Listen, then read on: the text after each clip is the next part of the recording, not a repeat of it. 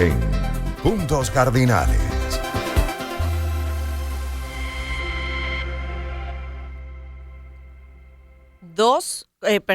4:20 de la tarde. Y nuestro caso del día va a estar dedicado a aquellos jugadores que no han logrado mantener quizás un comportamiento que está a la altura del talento en distintas disciplinas. Sí, así es. Y antes de darle la bienvenida a nuestros invitados, vamos a escuchar una cápsula que preparó nuestra productora, Paola Muciotti, sobre algunos de los casos de delitos más resonantes y resonados en el ambiente deportivo.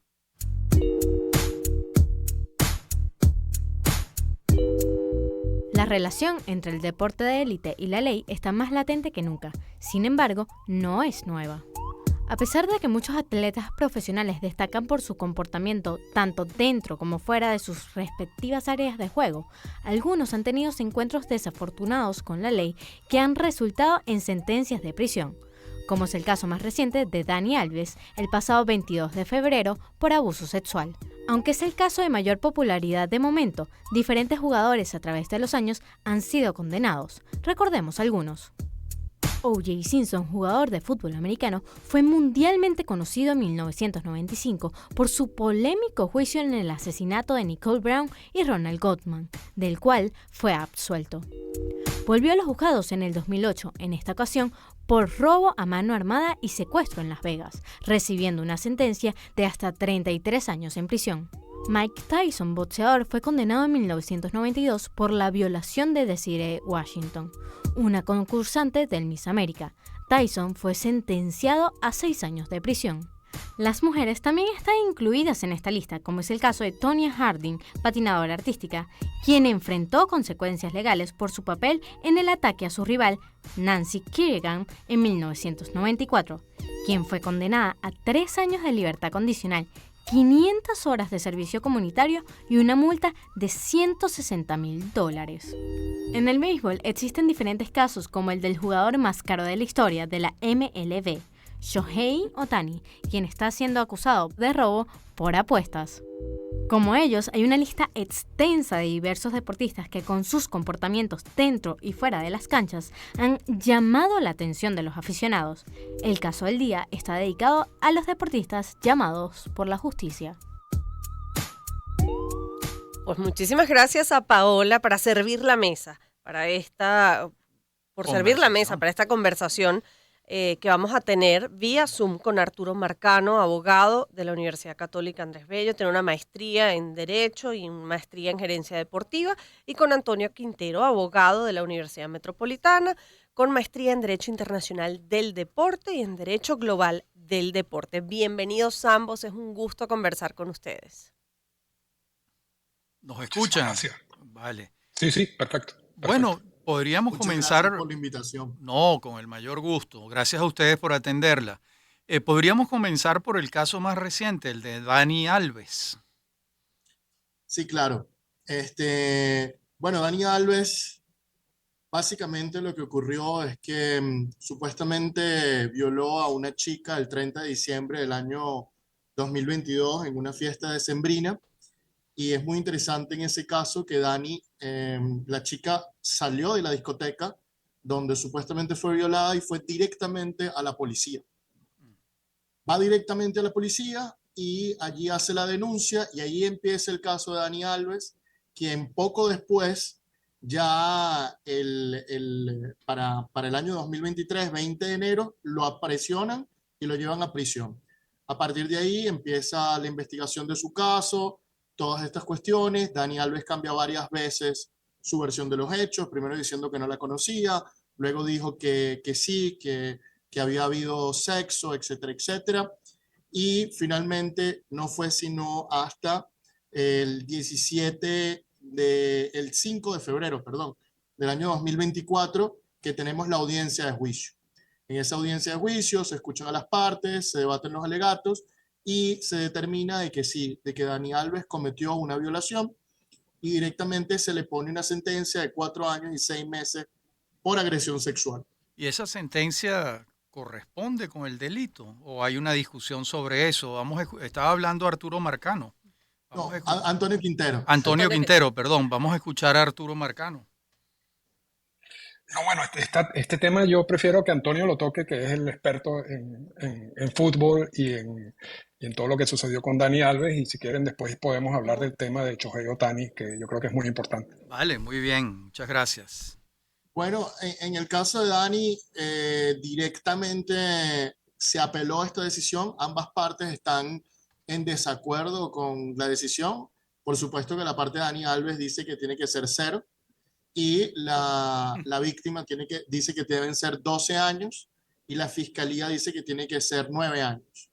Entonces, todo el mundo apeló la decisión y ahora vamos a una instancia de apelaciones, que es donde nos encontramos en este momento y que fue donde le dieron a Dani Alves una medida sustitutiva de la privación de libertad, como lo es que pague una fianza, un régimen de presentación, una prohibición de salida del país, entre otras cosas, que no se acerque a la víctima, no puede estar a más de 1 kilómetro cerca de la víctima, es decir, un radio de 1 kilómetro de lejano con la víctima, y básicamente le aprobaron esta fianza, la cual la pagó una empresa, que es una revista, según entiendo, y fue revelado hace pocas horas, donde esta revista está pagando la fianza a cambio de una entrevista directa con el jugador como tal.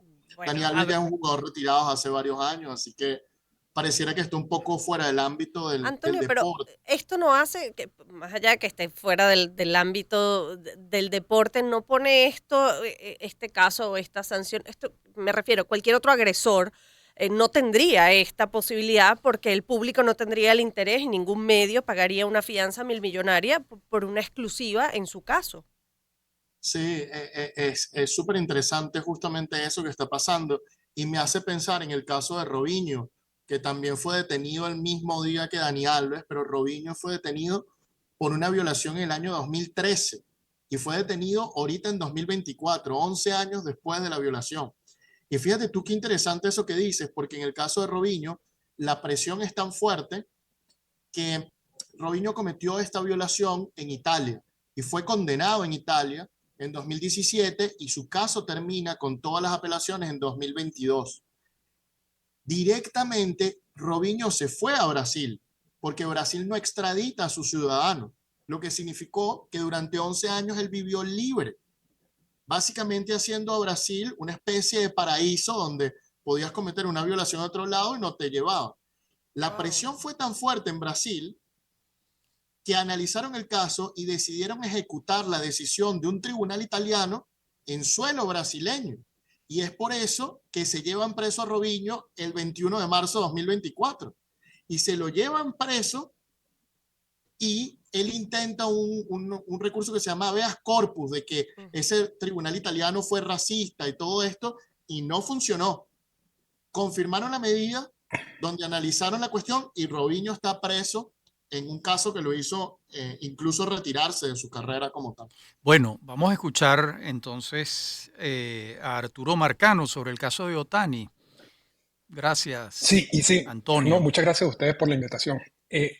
Yo quisiera antes poder hablar un poquito de cómo es la historia de los delitos de agresión, de violencia doméstica, agresión sexual y abuso de menores en las grandes ligas, porque Antonio está hablando muy bien de la parte del fútbol y yo creo que hay que como complementar un poco con la historia de qué es lo que pasa en grandes ligas cuando se dan esos casos. Y hasta hace muy poco no había ningún tipo de política en las grandes ligas que pudiera cubrir estos delitos. Lo que quiere decir es que si había un jugador en problemas con la ley, ya sea por violencia doméstica o por agresión sexual, y ese jugador, luego la fiscalía respectiva que tenía el caso en los Estados Unidos no presenta cargo, porque uno de los problemas que hay en los casos de agresión, de violencia doméstica sobre todo, es que la víctima normalmente es la única testigo de lo que ocurrió y sin la participación de la víctima, muchas fiscalías no presentan ni siquiera cargos en contra Ujú. de, de la persona, ¿no? Y normalmente en el béisbol, por muchos años, las grandes ligas no podían castigar a un jugador, incluso sabiendo que habían pruebas suficientes como para hacerlo. porque había incurrido en algún delito o presunto delito de violencia doméstica o de agresión sexual. Esa política cambia hace 10 años para acá y cambia de una manera radical. Y es tan radical que todavía la gente no entiende, porque MLB, la Oficina del Comisionado de las Grandes Ligas, dice que ellos hacen su investigación independientemente de lo que pasa con el jugador a nivel legal. Y si la investigación de MLB determina que hubo una violación de la política, ellos suspenden al jugador, independientemente de si hay un juicio en contra del jugador o incluso si hay un juicio en contra del jugador y el jugador sale no culpable de ese juicio. Se puede dar el caso, y de hecho ya se está dando un caso como el de Trevor Bauer, que es acusado por un par de mujeres de una situación muy desagradable, fueron a juicio, fue declarado no culpable o ni siquiera se realizó el juicio porque el juez declaró que no habían pruebas suficientes para hacerlo.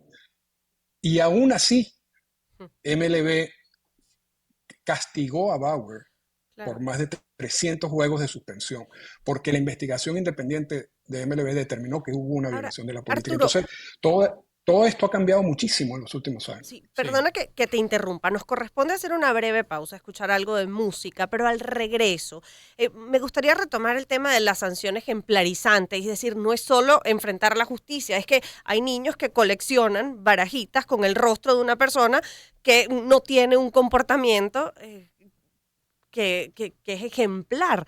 Y entonces en ese sentido, ¿qué dio? Exacto, ¿qué dio el cambio para empezar no solo con el tema legal, sino con la sanción dentro del mundo del deporte? Y además entiendo que lo de Ohtani es un hecho menor a lo que veníamos hablando de Alves y de Robinho. Bueno, hacemos una pausa, escuchamos algo de música del Circuito de Éxitos y al regreso seguimos hablando de estos deportistas que se han tenido que ver las caras con la justicia. Empezamos el año en su compañía. Circuito Éxitos. Caracas, Maracay, Puerto La Cruz, Puerto Ordaz, Barquisimeto, El Vigía, Guarenas, Guatire, Mérida, Táchira, Margarita, Maracaibo, Maturín. Circuito Éxitos. Melodías de siempre. Sonidos en primera fila.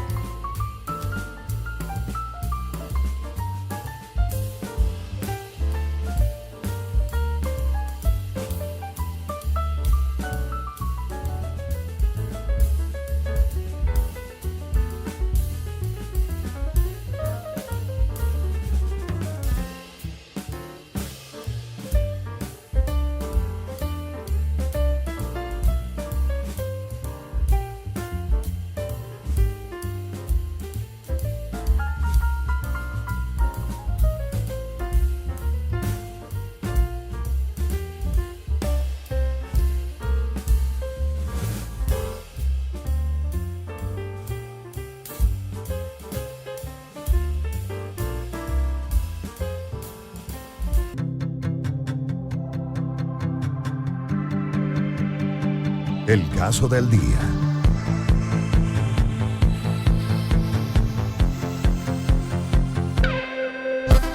En Puntos Cardinales. Y seguimos conversando con Arturo Marcano y con Antonio Quintero, ambos abogados especializados en derecho y en deporte, sobre los deportistas señalados por la justicia. Y antes de irnos a la pausa, estábamos hablando con Arturo Marcano sobre esa decisión de empezar a sancionar por parte de Major League Baseball estos tipos de conductas o delitos. Y lamentablemente ha habido casos en los que incluso jugadores venezolanos en grandes ligas han estado señalados y al mismo tiempo jugando ahí en el terreno. ¿En qué momento se da ese cambio? ¿Cuál es la trascendencia? Y también quedaba en el tintero hacer referencia al caso de Shohei Ohtani. Una Claro, expectativa tremenda con respecto a este jugador. y esto es muy importante porque tiene seguidores en el mundo, Exactamente. miles de miles. Adelante. Sí, voy a empezar con el origen de cuando empezaron a sancionar a jugadores con este tipo de comportamiento. Y es un origen reciente y no es de la MLB, es de la NFL, de la Liga de Fútbol Americano. Y rápidamente un jugador es arrestado por una agresión a su novia. Solamente tenían el informe de la policía. El comisionado de la NFL sanciona a este jugador por una cosa simbólica, un juego o algo así, no, realmente sin ningún tipo de importancia, como... Y luego de haber hecho eso, se filtra un video de Las Vegas en donde se nota al jugador, se ve al jugador en un ascensor dándole golpes a su novia hasta dejarla inconsciente. Por favor. Bueno, Dan En, Vázquez en también ese tiene mo- un video por ahí. Imagínate. sí, en ese momento a la NFL le dicen, bueno, este video, o sea, la sanción no se corresponde con lo que pasó en ese video. Y el comisionado en ese momento dijo, bueno, ya yo lo sancioné, no lo puedo sancionar 2 veces. Y lo que ocurrió allí fue un boicot de los patrocinantes. Los patrocinantes principales de la NFL dijeron, yo no sigo metiendo plata allí hasta que tú no rectifiques tu decisión. Y pasó, suspendieron al jugador que se llama Ray Rice indefinidamente, pero no fue gracias a la NFL, fue que los patrocinantes ejercieron esa presión para que cambiaran la forma en cómo se venían sancionando este tipo de jugadores. Y MLB inmediatamente, cuando vio lo que sucedió en la NFL, se copió la política, crearon una nueva política, y ahorita la política de la MLB es la más fuerte de todas. Pero yo creo que Bueno, Antonio pero también quería agregar algo en bien términos de la por, FIFA, ¿no? bien por los anunciantes en este caso, ¿no? Claro. Increíble. Absolutamente.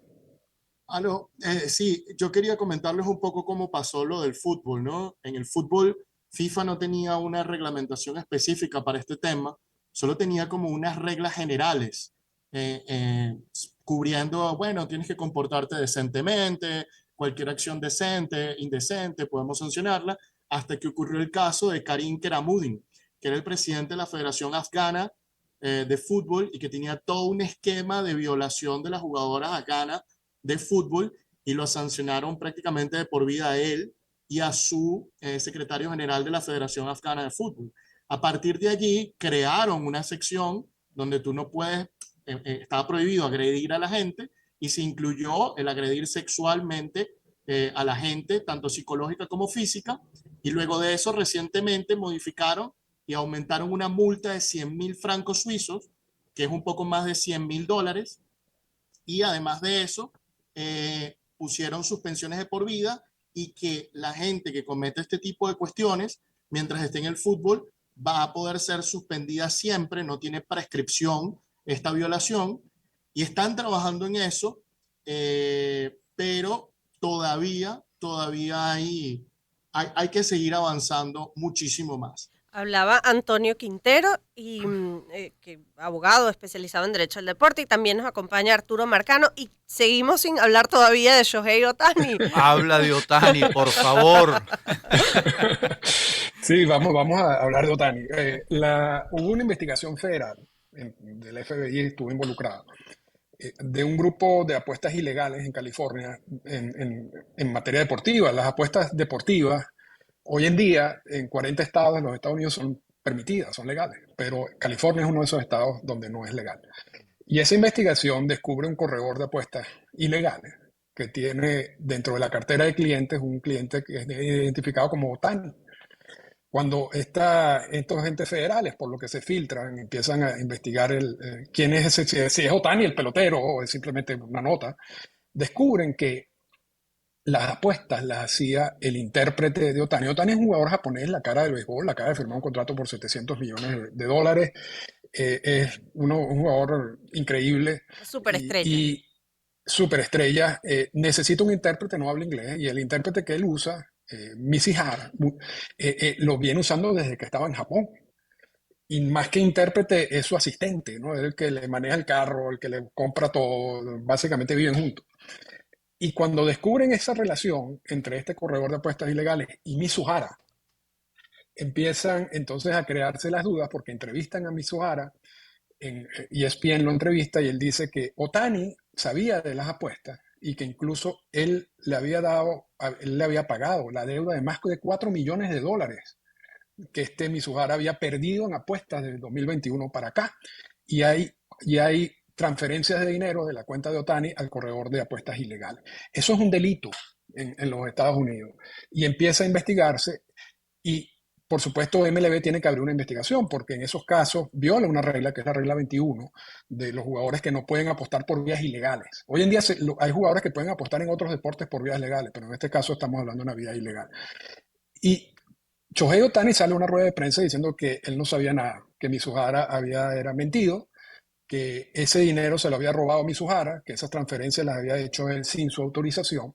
Y en estos momentos se abre una investigación, que es donde estamos actualmente, ¿no? MLB abre una investigación para ver cuál de las dos versiones es la correcta. La de si Mizuhara contó con la ayuda de Otani en estas apuestas, le pagó la deuda que tenía, o la versión de Otani, donde Otani no sabía absolutamente nada, una cosa que genera dudas, ¿no? Porque cómo tú vives casi con una persona y tú no sabes que Ahora, esta persona es No. un apostador adicto, ¿no? Arturo, Antonio, nos queda apenas minutos, pero hay un par de cosas que me gustaría preguntarles. En el caso, habías mencionado anteriormente, Arturo, que incluso si después en juicio la investigación determina que no hay delito, puede incluso mantenerse esa suspensión. En el caso de Otani, si deciden echarle la culpa al asistente y que en efecto este señor no sabía nada, cosa que es poco probable,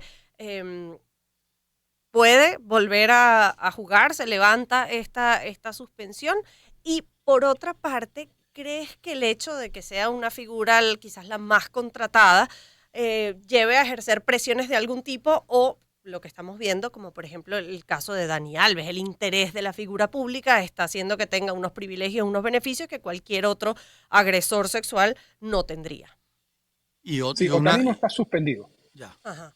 Otani no está suspendido en este está momento, lo que hay es una investigado. investigación. Hay una Hay una investigación. investigación abierta. Sí, mira, es posible que la investigación federal sea independiente a la investigación de MLB.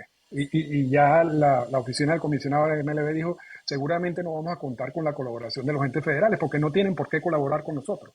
Pero nosotros vamos a hacer nuestra investigación por nuestro lado y si tenemos las pruebas suficientes y los elementos suficientes para sancionar a Otani, lo van a sancionar. Porque aun cuando sea la cara del béisbol y una figura pública, MLB es una institución que tiene más de 100 años y es un negocio que maneja 15 mil millones de dólares al año. Claro. Y yo no creo que vayan a apostar todo por defender a un jugador que eventualmente las pruebas van a salir, porque esas pruebas van a salir filtradas, ¿no? Claro. Ahora, dijiste yo algo más- que me dejó asombrado. Otani no habla inglés. ¿Cómo es posible eso siendo un jugador de las grandes ligas? Tiene un Bueno, intérprete, pero ¿y cómo hace para jugar, Arturo? no, Por señas. jugando yo creo que no hay tanto problema porque el béisbol tiene como su propio idioma, ¿no? Pero no hablo inglés y yo les digo algo con toda sinceridad. Yo tengo 26 años viviendo fuera. Yo vivo en Toronto desde 1998 y me ha tocado entrevistar a muchos jugadores latinos, muchos venezolanos, muchos dominicanos, que tienen años jugando en las grandes ligas Y no y hablan no inglés. hablan nada de inglés. No te creo. Nada de inglés. Increíble esto, ¿ah? Increíble. Vale. Para Ahora, mí esto es una sorpresa. y Antonio, ya para despedir, sigo sorprendida con el caso de Dani Alves, una exclusiva, lo que puede hacer el morbo de la gente y qué desconsideración también con la víctima. Es decir, porque no estamos hablando de una acusación al voleo, hubo una investigación, hubo un juicio, un proceso legal donde se determina la culpabilidad de Dani Alves. ¿El titular lo va a mantener en libertad? Sí, bueno, no es una libertad completamente. No puede salir del país, le retuvieron sus dos pasaportes. tuvo que pagar 1.1 millones de euros en fianza, tiene que presentarse regularmente al tribunal, no solo todas las semanas, sino cada vez que el tribunal se lo requiera, y no es tan libertad como se piensa, ¿no? Entonces, ¿qué es lo que pasó en primera instancia? Que no estamos de acuerdo con la decisión de acuerdo de los hechos conocidos. Tenemos que esperar a ver qué pasa. Todavía falta juicio, todavía falta una apelación. Hay que esperar porque esto no ha terminado y pudiera cambiar, pudiera incrementar la cantidad de años que le van a imponer, pudiera revocarse esa medida de privación sustitutiva de la privación de libertad y él pudiera terminar en la cárcel por mucho más tiempo. Bueno. Lo más resaltante del caso, repito, es Bueno. que la víctima apenas ocurrió, corrió a la policía directamente y eso es algo que llama mucho la atención. Bueno, muchísimas gracias Antonio Quintero, abogado de la Universidad Metropolitana, magíster en Derecho Internacional del Deporte, y Arturo Marcano, abogado de la UCAP, magíster en Derecho y magíster en Gerencia Deportiva, por esta conversación sobre estos temas delictivos y del deporte a la vez. Muchas gracias. 4:48 minutos de la tarde, escuchamos a Maroon 5 con This Love.